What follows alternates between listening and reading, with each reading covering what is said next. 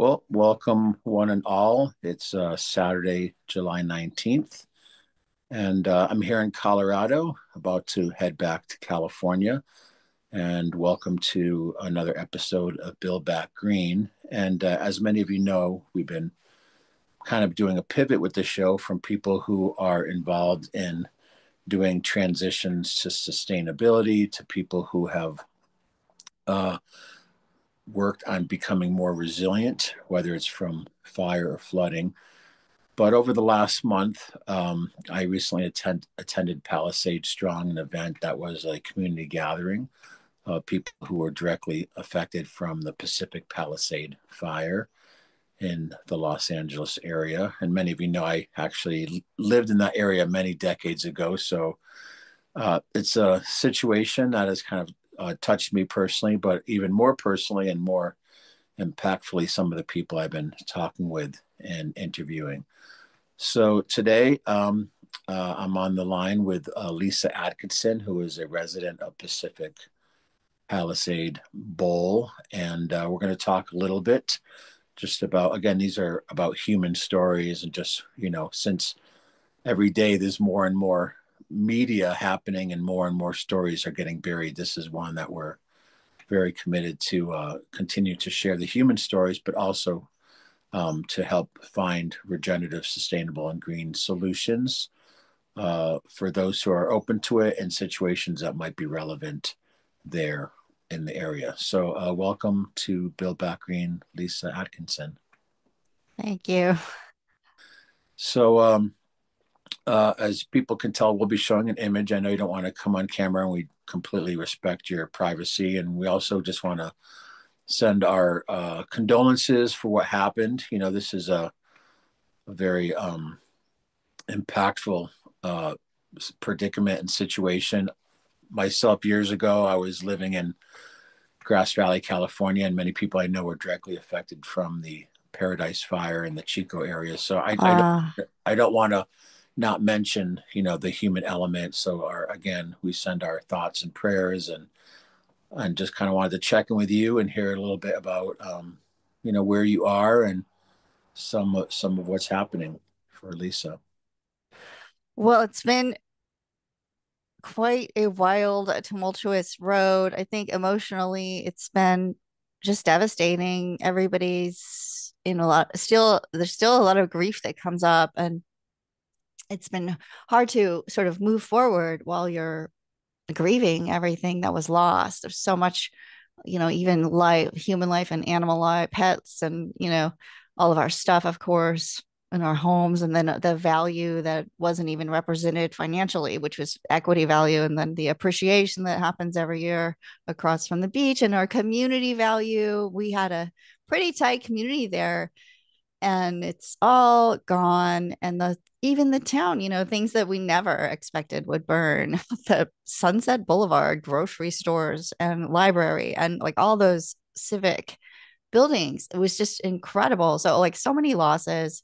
So it's been a long road just trying to even figure out what to do next. Like, where do you go? We don't know how many years it'll take to go back, or if it will be really, like you said, sustainable or green or even healthy, really. So we're all a little bit confused about our options. So you just have to like put the next foot forward. And, you know, I think a lot of people scattered, a lot of people went to cheaper areas because this is just not a cheap place to live.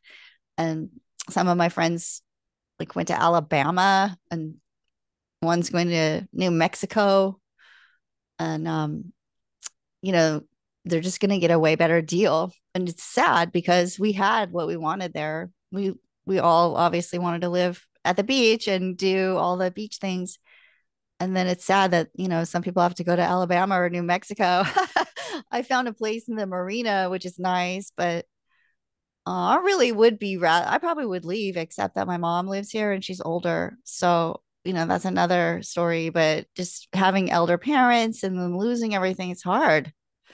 It's just Right. hard. I spoke with Rashi the other day. I guess he's in the Marina Del Rey area now.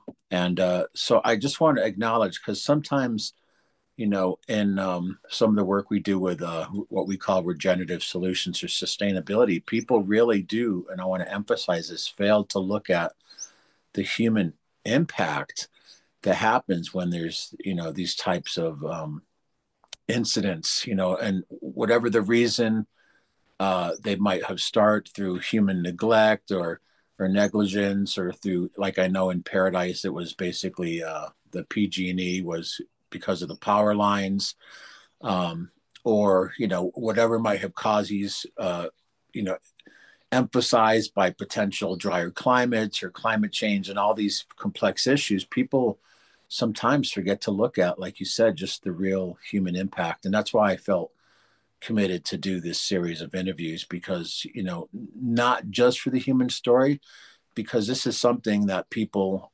really all around the world are experiencing and going through. Some of them, there's a lot of refugees right now, or people who are escaping things like fires and flooding, or Yeah.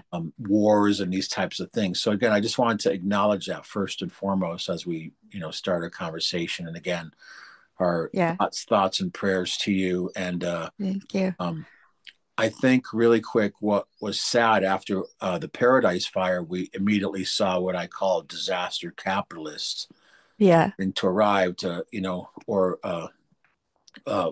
venture, aka vulture capitalists, coming in to figure out how they could make money. So that's another Yeah. sad element. So again, acknowledging, 6, 7 months has passed since this happened, the fire.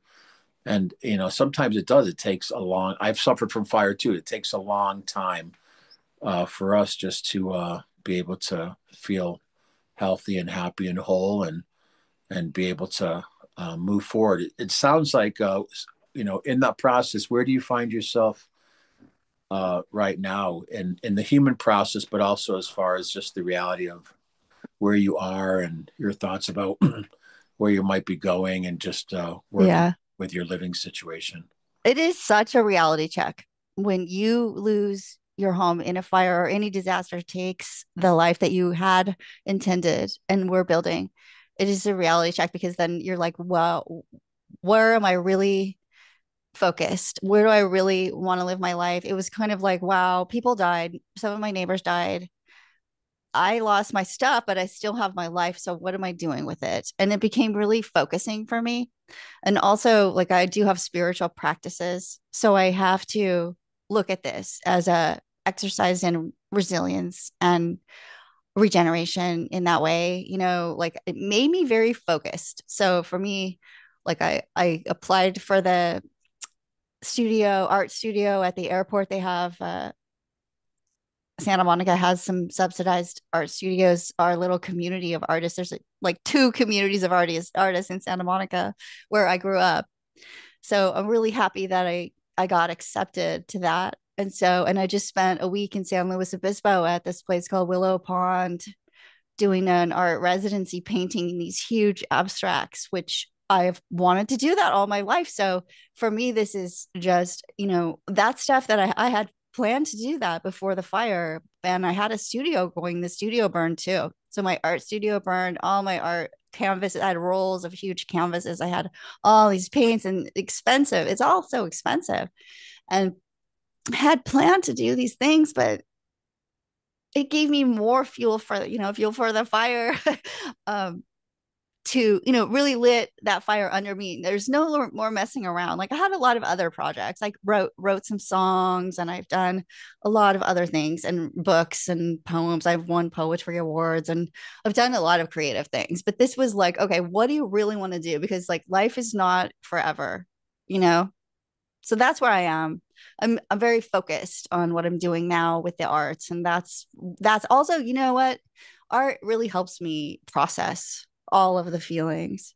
So, and the color, it just feeds my soul with joy.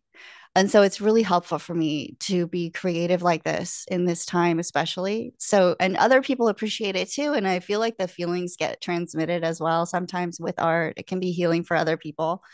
And so that's where I'm at.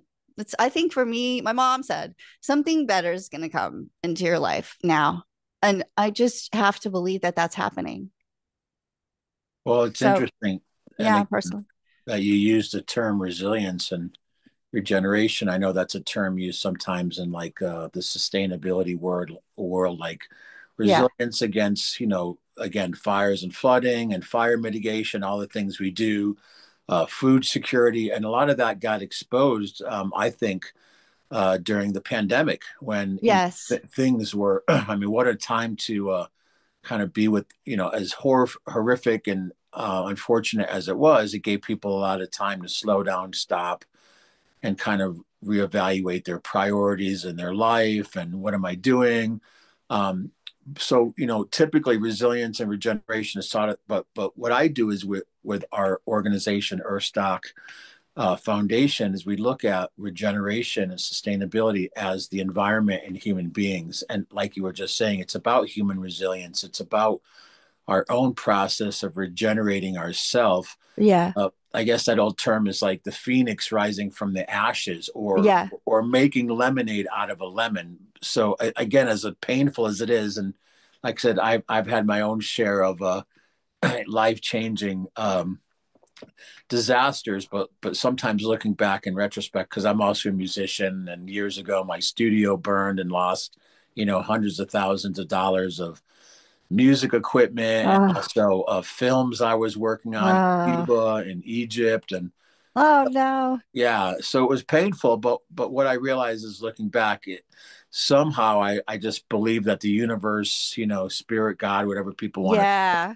sent me on a different path that I might Yep. not have been on if that Yep. hadn't happened. So I want to commend you for having a very innovative, spiritual centric perception of what happened there. And I would say to you as an artist, obviously, you know, I know as a musician, sometimes those painful moments, those life changing moments, somehow weave their way into the music and into my Yeah. inspiration, and then hopefully that can be shared to help inspire others or lift others up, which is why we're, Exactly. and I'll talk about this at the end, this is why we're kind of doing the Earthstock Summit and festival in Santa Monica October 2nd to 5th. Ah, And we're cool. we're bringing artists together and musicians. We're bringing different people who are working with land-based sustainability. The big thing right now, and we'll talk about that a little bit again. I'd like to extend an invite to you. Thank you. Um, a big part of that is we're going to do that, and part of any funds raised, we're going to work on making a humble donation. We're looking at different organizations.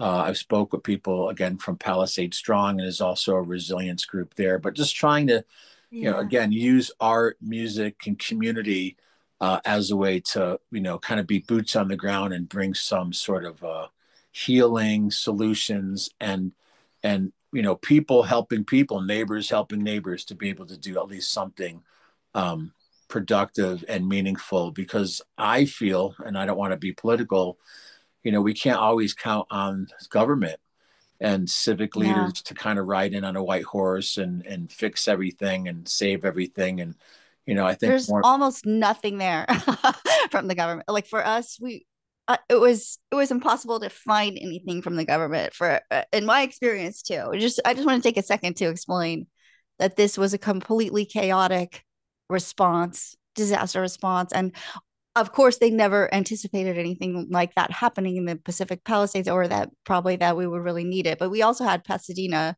the Eaton fire, and then there was a huge fire. There were three huge fires that day that decimated neighborhoods, and a lot of us really needed a lot of help, and it wasn't there. I just want to say, like, it was not there. When it was there, it popped up in dispersed neighborhoods. LA is huge. It could take 3 hours to drive from where I live to, wherever, Gardena or something, and where something was established to help us. But then it would be like a kit of toothbrush, and like also it was the same thing at this different, like, blankets and water and like the basics, which we did need the basics, but we needed so much more, and it just really wasn't.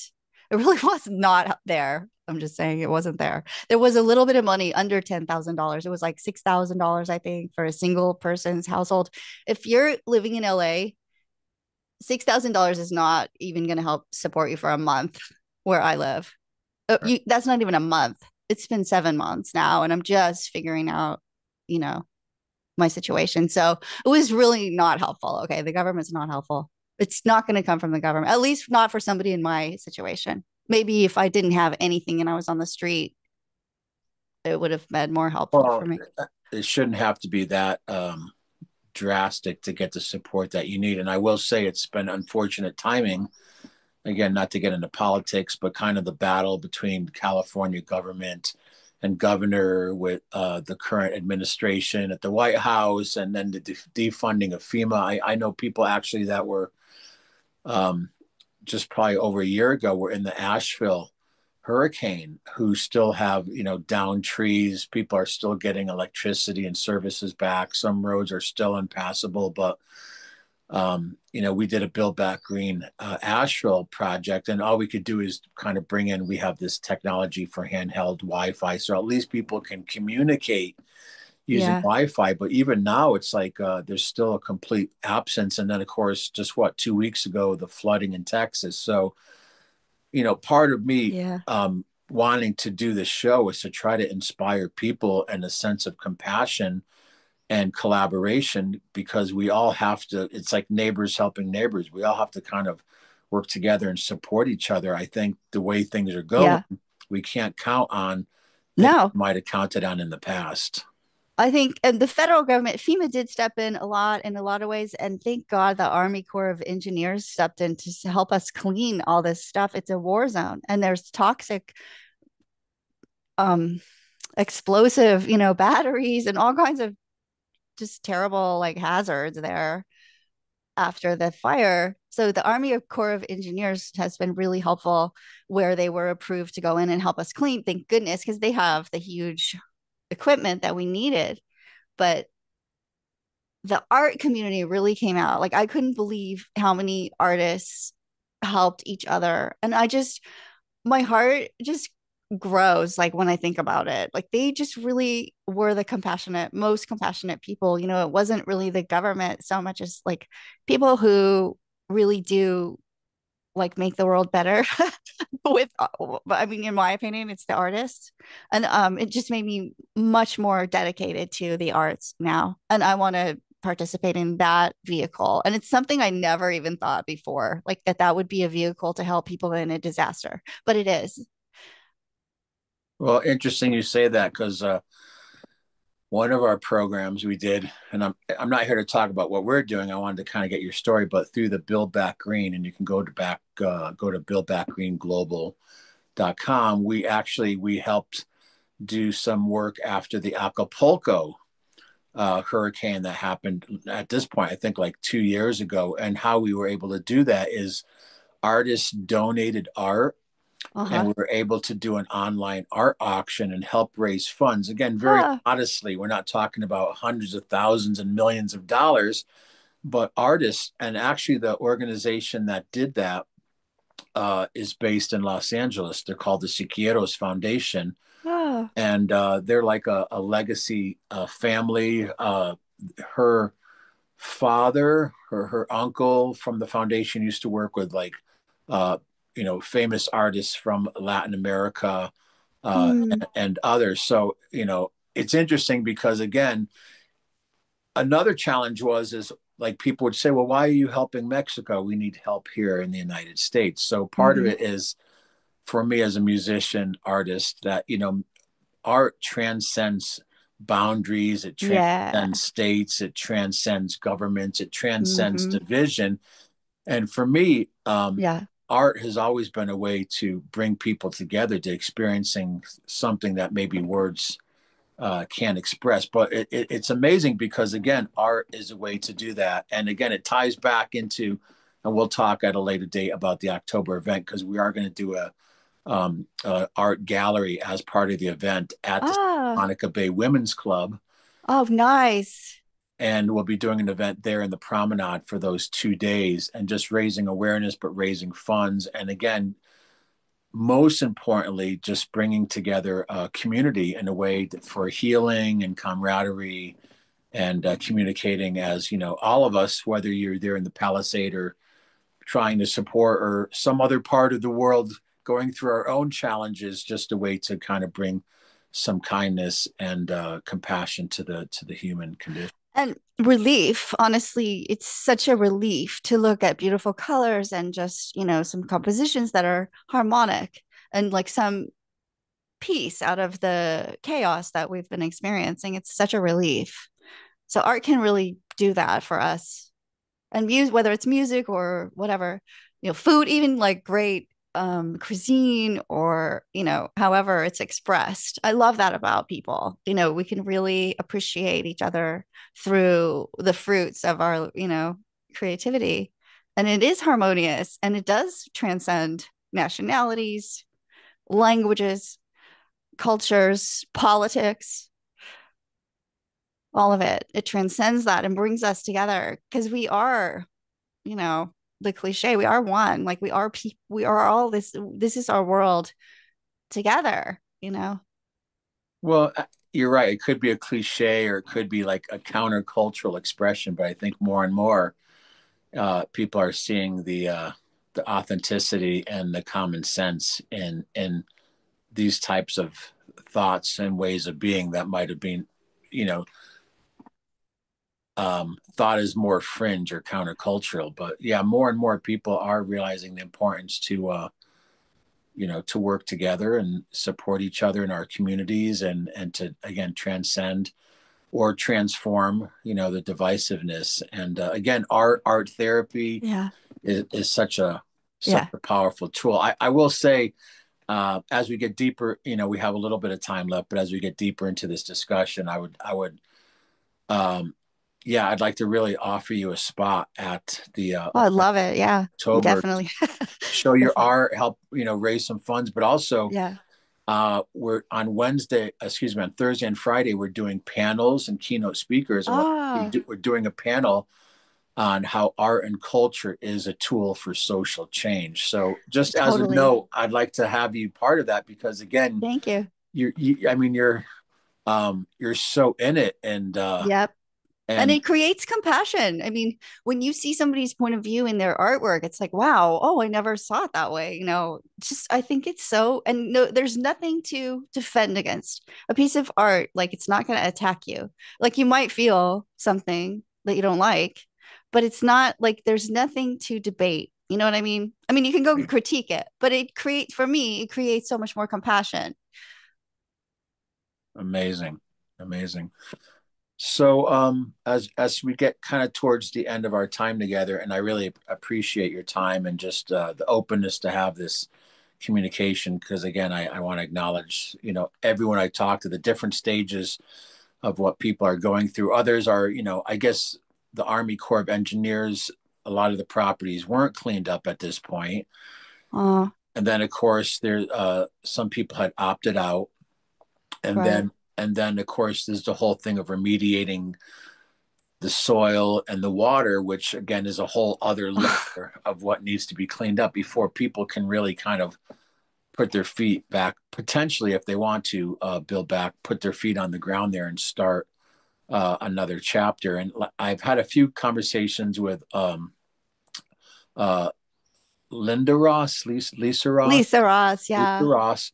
And I know she's being very diligent trying to do things to help people. And we're Hmm. discussing like different types of prefab or different kinds of structures that if and Yeah. when people are deciding that could be put back on the land. So for those who want to, go back to the Pacific, to the Palisade Bowl, that they can. But the first thing is again dealing with the fallout, the human side, the trauma of all of it, and then of course cleaning it up. It's not as easy as just going back up there, No. and even from the fires we've seen, um, not to be doomy gloomy about it, but we've seen a huge impact on marine life because of the rain. Oh, Of course, right after the event, there was the rain, and I know Coast Highway got washed out, and but there's been a lot of impact on marine life. So even if people are kind of live in a bubble and they're like, well, it doesn't affect me, that's kind of over there. All of these things that happen, again, affect all of us and quality of our life, quality of our environment, and quality of our children and generations to come. I mean, this has profound impact. So again, with people like yourself bringing some healing, sharing your healing process with others, it kind of helps humanity move forward. That's a huge discussion, the marine biology aspect and the, fish. We eat the fish. Okay. So at least there's that. People understand that they can benefit from algae and spirulina and fish and all kinds of things from the ocean. Also, it generates oxygen for us to breathe, like the plankton. And there's so many things that the ocean does that people don't even think about, like biologically in the ecosystem.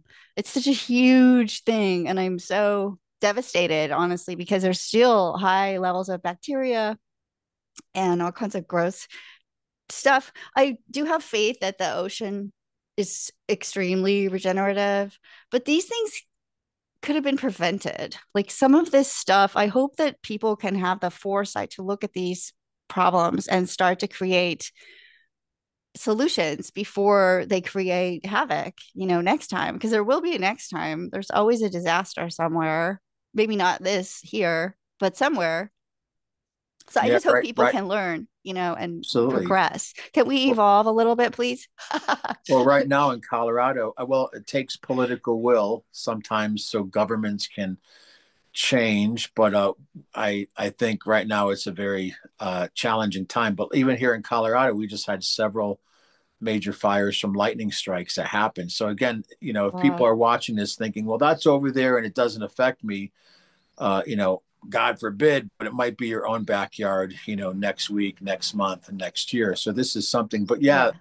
when I was involved, a friend of mine, Matt Trum, does a restoration camp. He worked specifically in fundraise and did a lot of incredible work in uh, after the Paradise Fire.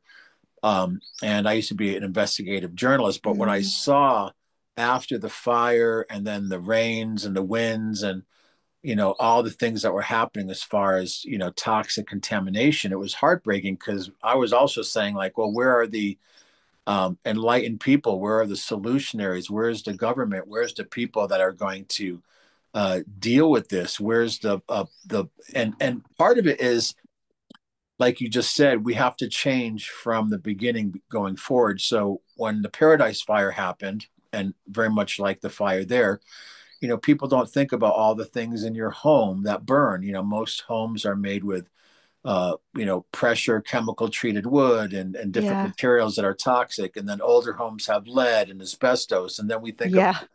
household cleaning products. And then we think about garden and land care products Uh, that we have that are also toxic. And then the cars, and like you said, the rubbers of the tires and the all the stuff. And then one of the big things I know in the fires that happen now are all the electric cars and lithium batteries. If they don't burn, and when they burn at thousands of degrees hot, yeah. that a lot of them become explosive and very dangerous. Yeah.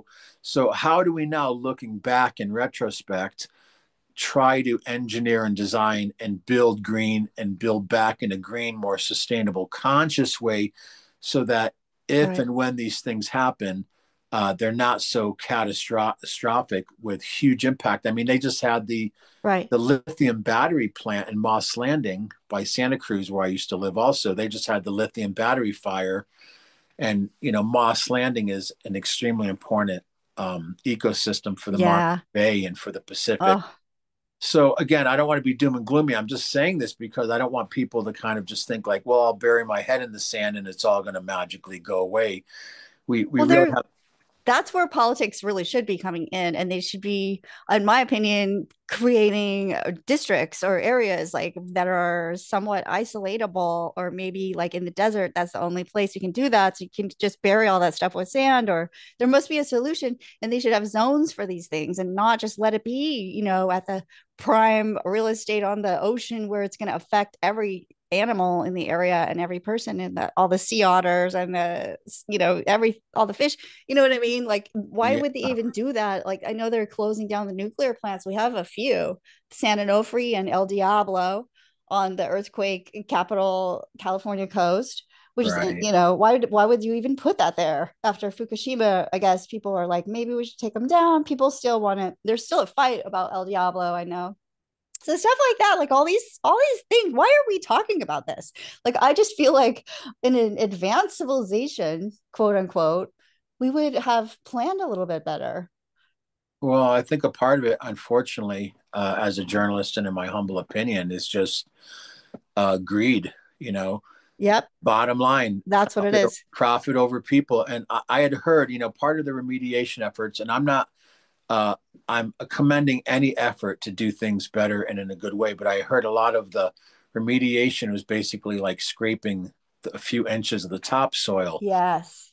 which honestly is not going to clean up the soil in the way it needs to be done through like things like mycological remediation or hemp or biochar. I mean, there's other ways to do things, but I heard a lot of that soil, and I'm not saying this is a fact.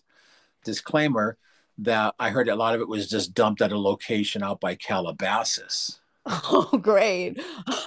I used to So live in Calabasas and I moved from there because of the Woolsey fire and the Thomas. I watched houses exploding across the valley. And then I moved to the I thought this is a dangerous area, it's so dry. And then Palisades burned down. So that was funny. It's kind of and, ironic. But and that part is of it, not a good area for all that stuff either. There's a lot of people who live there and kids go to school. There's a really famous private school, at least one. It's Calabasas is very populated.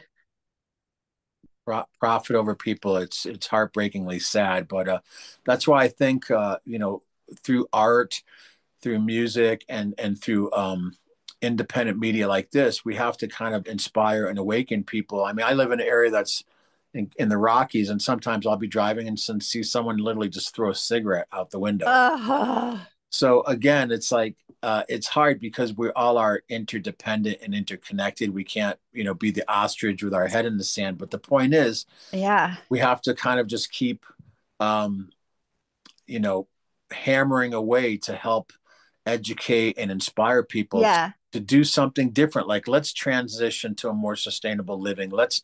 And even if we don't have a wildfire or a flood, I mean, I'm not even talking about what was generated during the floods in Texas, all of those different, where I happen to live when the fire happened years ago in Nevada County, we had mines there. So, of course, when the fires came through, a lot of the open pit mines burned, and then you have Mm, mercury. So, again, I'm saying yeah. this not to be doom and gloomy. I'm just saying this because we need to be really coherent and have, understanding of how we're living, and it's not sustainable, and there's implications and ramifications, and how can we do things Hmm. differently, even if it starts with our own self, our own body care products, our own products in our homes, how we build the materials that we build with. And also a big one is Hmm. like the idea of, like you said, bioregionalism, watersheds, creating Yeah. microgrids so that when a power line goes down in the system,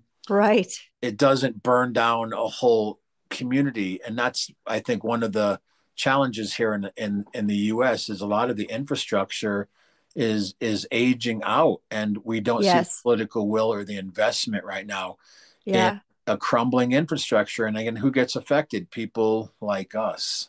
And also urban planning, they're not paid well. Like urban planners, I mean, they're kind of, I don't know, I actually don't really know, but I know they're just government sort of standard salary. And that is not going to attract the smartest people, I think. I just feel like we're not really appreciating the importance and value of urban planning, and we really should. And also, as far as education goes, like this is, if some farm guy in Iowa or Colorado throws a cigarette out the window, like, is that preventable by education? I don't know if it is or not, but if it was, like, let's educate more people. you know Right. Or at least drive by them and honk and give them a mean face. yeah, we all need like a mean face on a stick, like, don't do that. But not in LA because everyone Or has a gun in something their car. worse. uh, but you're right. It really goes back to urban planning. I will say, and again, I always avoid getting too political. I like to just bring facts out, but a lot of it is, up in Northern California, where I used to live up until the pandemic. Yeah. Um, that I have 10 acres of property, and I did a tiny house, a straw bale house, and I did Nice. stucco. It was fireproof. And since then, I've had nothing but chronic headaches with the county. Oh, A big part of California's problem is, which in some ways there's good elements about so much oversight and yeah. way policies are created to protect the environment, but it's also in some ways it becomes really unrealistic. So there's kind Yeah. of what I would call like the building cartel, developer cartel, that they want to go big. That even right now with Gavin Newsom and LA Oh, 2.0, yeah. he's talking about smart cities. No, it's such a bad. All those Newsom plans are scaring the hell out of me. I have to say, like he has a low income convict requirement, like that you had to spend time in jail. Like, what are we getting? We're gonna have like a serial killer murder recovery housing in the Palisades now, or something like that. I don't understand what's going on. Well, it's very complicated. I mean, one part of it is too, they're talking about getting rid of single family dwellings and doing larger developments because there's a housing crisis. But the solution is not to just do more mass development. And again, as a journalist and as someone now who pivoted into our company Earthstock Enterprises, which is about education but also about sustainable solutions, we've been able to pull together a couple hundred um, brilliant minds that do stuff with, again, mitigation against fires and resilience, working with mediation about soil water contamination, trying to clean things up, regenerating the ecosystem, natural building, natural health, natural foods, food security, but also things like solar, wind, and microgrids. Because you're right, we really have to look at even the way urban planning happens on a whole different level right now. So we're kind of in this strange, I call it going from like the old paradigm to like the new paradigm or the new earth where there's a new design. We have to Yeah. really be more regenerative and sustainable. Uh, Yeah, you that know, is so valuable. Like if you could get somehow how make like a magnet for the people that would be interested in doing that, and like some people like maybe Elon Musk, or like people with a lot of money, right, who are interested in progress, but like in a wholesome way. Like this could really make everybody's life better. And I think about the children, and there's so many amazing kids, and they could have such a better life if we can get this together. Well, on that note, October 2nd, 3rd, 4th, and 5th, Earthstock lands in Santa Monica. Okay. We're already working with the sustainability department of Santa Monica College and the city. We're going to be doing something at the Women's Club and on the Yeah. promenade. And we're doing Saturday and Sunday is more public facing festival and arts, but Thursday and Friday we're having summits and panels at several of the large co-working spaces in Santa Monica and Venice, places like Niue House, the Kin, the Beach House, because even in those communities, there's hundreds of amazing minds that have solutions and know what to do. So Yeah. I kind of I'm like a full spectrum system designer. I used to be many Ah, decades ago. I worked in corporate America, managing large hotels and ah, restaurants. So I'm trying to pivot from well, I have been pivoting. I became a musician and artist, and fortunately, I've made a really great living up until the pandemic. But right now, it's like, how do I use that skill set to be a solutionary to organize an ecosystem where we can be more effective? We tried to do it up in the Sacramento River watershed, which is 1,100 miles of waterways, and there's a whole proposed Delta Tunnel, and all the impact that inorganic agriculture is having there. I mean, I did a film which was actually some lawyers tried to stop it coming out of why the water is being so contaminated and privatized, and ah, a lot of that reverts right back to people like the Resnicks in Beverly Hills that are multi-billionaires that own the pomegranate and almond industry that are privatizing California's water and getting subsidies. And so ah, it's a complex web. But like you said, when even though I live in Colorado, when this fire happened, it kind of activated me again. I used to live in the Santa Monica, Venice area. I have friends in mhm, Topanga Canyon along Coast uh-huh, Highway. So I was like, oh, you know what? This is, in a strange way, it's like the perfect storm where I can use my superpowers and show up and see what we can do. And now we have the venues and the place for October to do this. So I'll send you Wow. more information. But so before we finish, I don't like to go on too long. We're also in an age of people are busy, and sometimes we have only a certain amount of time for media consumption. But before we finish, do you have any last thoughts? And you're safe now. You're in a location. You're figuring out kind of what to do from here. Yeah, the bottom line is like I'm alive and I didn't get, lung poisoning or like scar, third degree burns or whatever. Everything is for me. I got out of there. I didn't want to die in a fire. I don't want to experience flames. So when they said leave now, I did and helped my neighbors and I got out of there. So like that is if I have my life and my health and I can move myself around, that's the main thing, right? And we can build again. It's such a practice of resilience and to maintain that positive attitude and have the faith that this was going to bring in a lot of light and solution, hopefully, for people for the future, and that there must be some purpose here that will end up being positive. Well, thanks for your. I look at it like the phoenix from the ashes. Sometimes it's painful. Things of the old paradigm have to shake or move or crumble or Mm-hmm. burn or get washed away in order for to make space for something new. And as we see in nature and biomimicry, sometimes a fire will come through a forest, but afterwards, the pines will Yeah. release the seed, and then there's new growth. And even during the pandemic, when everybody stopped for that 2 years, we saw nature and the oceans and waterways Yeah. regenerating when we didn't have the negative human influence and impact on those ecosystems. So Yeah, this greed thing, I don't know where it comes from because like I just don't understand. Some people are so like just complete blatant disrespect, disregard for the environment that feeds them and the people that nourish our souls. And I just don't understand how people can be so thoughtless about what's happening, what the impact of some of these actions are. Like, I really wish there was a way to change that. And I do believe in the power of meditation too. Maybe that's something, that could help like raise the consciousness of everyone because yeah. I don't understand how people can be so thoughtless and reckless with urban planning, etc. Right. Well, it's interesting. I'm going to be in LA the 24th to the 29th. I'm actually going to be doing some events, including a Monday evening get together for the Earthstock event. But while I'm there, I just saw that there is a group doing a mass meditation event. Oh, good. I'll help elevate and raise the consciousness and the vibe, the frequency, let's say, Yes. of LA and for some of the community there. So, there are solutions, there are solution areas. I think just to get to the end here, a lot of times when people have that, a lot of people are coming from trauma. They're coming from an ancestral legacy of abuse, of not being taught right, of basically ignorance about the environment. And Yep.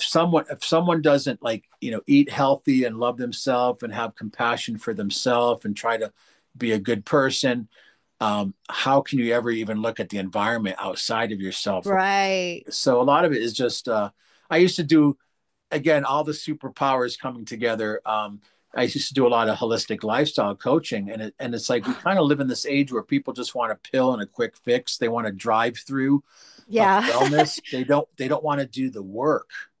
Yes. And right now, I see what a lot of the stuff happening in the world, whatever it is. I mean, look at other parts of the world. People are dealing with famine and drought and war, and Yeah. it's like we have to do the work to get to our that sovereign responsibility of being the best person we can do and actually Yeah. contributing to the human condition.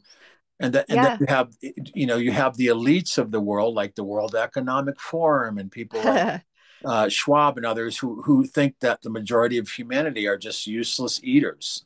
So Well, and that's disgusting. It is well, totally disgusting. that's what we're up against. But as opposed to being negative about it, people like yourself, the artists, the solutionaries, Buckminster Fuller said, if you don't like a design of something, don't fight against it. Go out and create another alternative. yeah, and I think it really starts with gratitude too. Like the people also like how miserable do you have to be completely ignorant and just think of other people as, pawns in your massive ego maniacal dream of life. Like that's just so miserable. Like where is the love there or like any heart at all actually? Uh yeah, what was I going to say? I don't even know. Oh, gratitude. Like I think for me, like how much money do I really need? I'm so grateful for this almond that I'm gonna eat, I'm so grateful for clean water, you know. That is I can be so happy about the smallest, simplest things in life. And I don't have to go use and destroy the world, right? To be happy. I don't understand this. So the gratitude, the personal inner gratitude, I think is the first basic, most important thing in my life today. Like as recovering from this too. Like I'm so grateful for my toothbrush. Well, it's the simple things, the simplicity and the authenticity that truly makes people fulfilled and happy. And there's plenty of unhappy, wealthy people, or And you know, ungrateful. Like they have so much and they need more and more and more and more. Why aren't they grateful for what they have? I don't understand it. well, I have a thumbs up sign in the window of my car for that statement right there. Let's all be grateful. Yeah. Well, Appreciate. I Yeah. really appreciate your time. Is there a website where people can see some of your work or your art if Yeah, they? I'm just almost all of the paintings burned. They're still up there at atkinsonarts.com, but I'm more updating my Instagram, which is the same name, Atkinson Arts. And I'll be updating now because I've been working on some stuff that's new. Yay. But Yeah, all that stuff that's up there, it's burned. But I was working more realistically. Now I'm moving more into abstraction. So that's where, yeah, it's all progress, it's creativity. absolutely. The only constant in life is change. Yes. Well, Lisa, great to get to meet you, and I appreciate your time. I'll send you information about October. And like I said, I'd like to kind of just give you a booth and a space to put out art, to be present, and also, if you feel inspired to be part of this panel, because your words are Yeah. inspiring. Just hearing what you've been through and the way that you're speaking, Thank and also you. just, I think we're very much aligned. This has been a sad situation, but an unexpected and pleasant surprise to get to meet you and just kind of hear your story. So thank Me you. too. Likewise. And it would be a great honor and a privilege. And I really hope that people are inspired and at least feel a little bit grateful for each other. Because sometimes, one of the things about this fire is I was kind of down on humanity, seeing a lot of the use and abuse and just disheartened. And then this fire brought out a lot of people that wanted to help us. And honestly, there was a circle that came to help us dig through the ashes, the toxic ashes, to find the stupidest little crap that, that whatever was like Oh, not completely gone.